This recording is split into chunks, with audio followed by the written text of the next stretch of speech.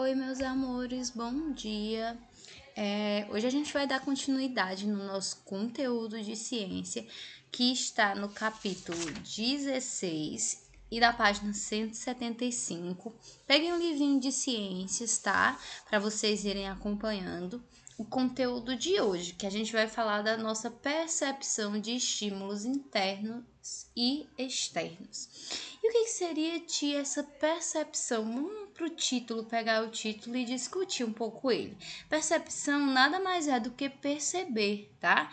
E esse perceber esses estímulos é quando a gente está aqui, ó, nessa imagenzinha que a Tia Ellen colocou, essa moça aqui nesse ambiente, os braços abertos, que provavelmente ela está sentindo a natureza, o verde, vento, o sol, todas essas informações que ela está captando do ambiente, essa percepção, é esse perceber esses estímulos, que no caso aqui são externos, tá?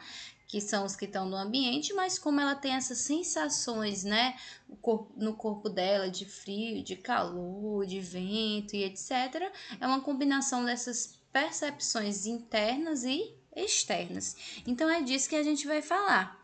E vocês sabiam que isso é uma das características compartilhadas pelos seres vivos, perceber essa capacidade de perceber esses estímulos e principalmente de reagir a eles. Então é sobre isso que a gente vai falar nesse capítulo 16 do livrinho de ciências. Mas tia, como assim? Bom, de onde é que vem essa sensação de fome, de frio, de medo, de calor, de ansiedade? De onde é que vocês acham que vem? Bom, isso nada mais é do que estímulos do corpo, tá? Com relação ao ambiente. O ambiente, ele vai expressar algum tipo de sensação e o nosso corpo, ele vai reagir a elas, tá ok? O medo, como por exemplo, você está em um lugar escuro e o seu corpo reagirá a isso.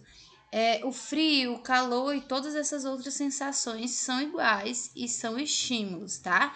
E esses estímulos do ambiente, eles podem ser percebidos por seres vivos de diferentes maneiras.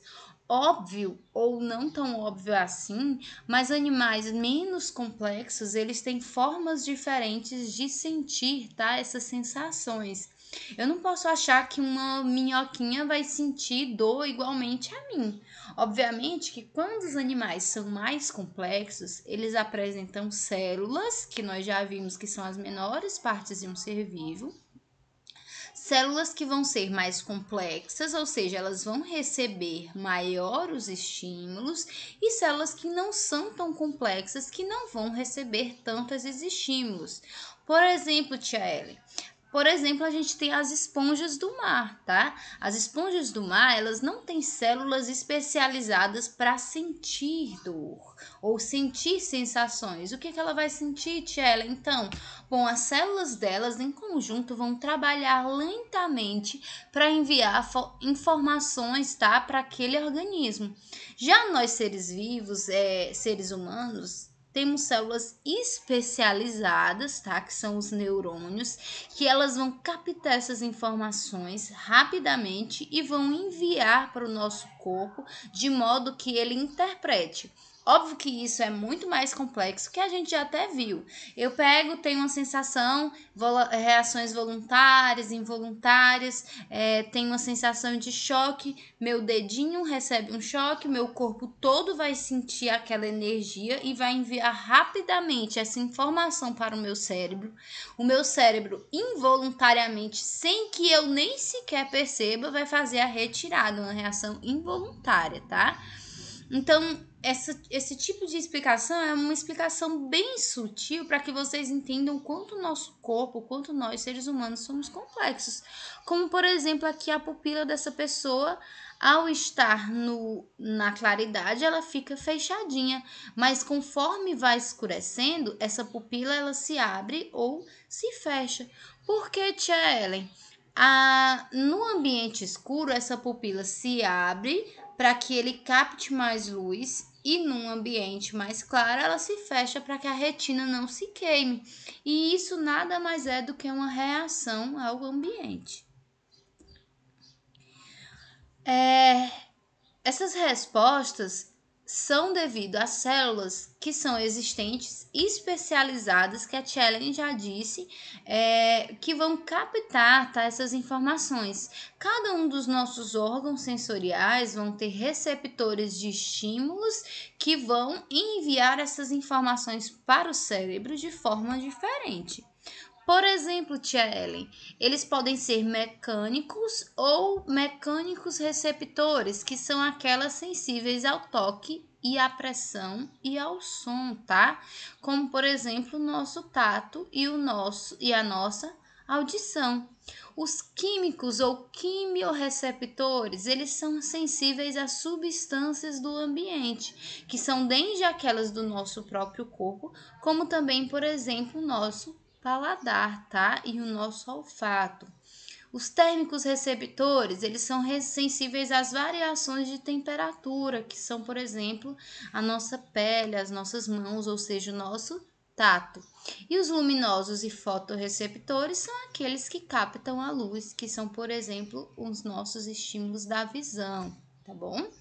Então, tia Ellen, esse mecânico, ele funciona sozinho? Não, porque, por exemplo, o nosso tato, ele tanto vai receber esses estímulos, essas células mecânicas, como as células térmicas, de acordo com o que o ambiente vai estar me passando, tá ok?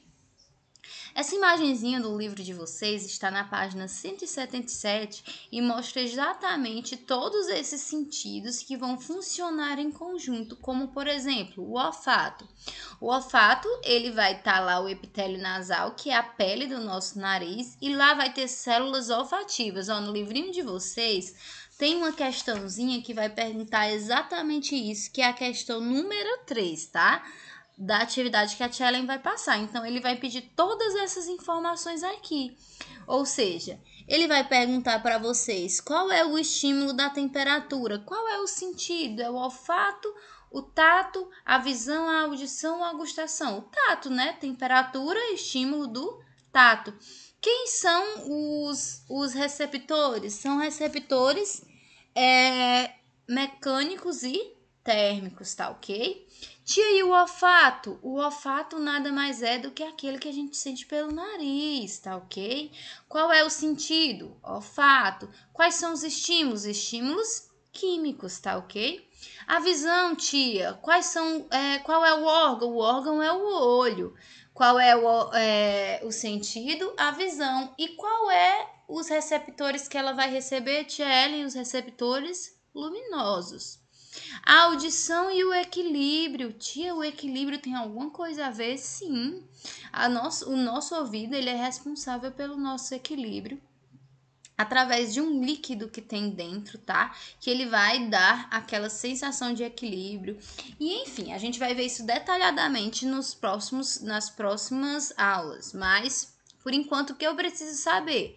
Que os nossos ouvidos são responsáveis pelo sentido da audição e equilíbrio, e quais são os estímulos que eles recebem, os estímulos sonoros. E por fim, a gustação, que vai estar lá qual é o órgão, a língua, ele vai ser responsável pelo sentido da gustação, que é o paladar, e lá a gente vai ter as células gustativas que recebem quais são os estímulos químicos, tá ok? Atividadezinha, não esqueça que vai ter atividadezinha que vai falar exatamente disso, a questão número 3.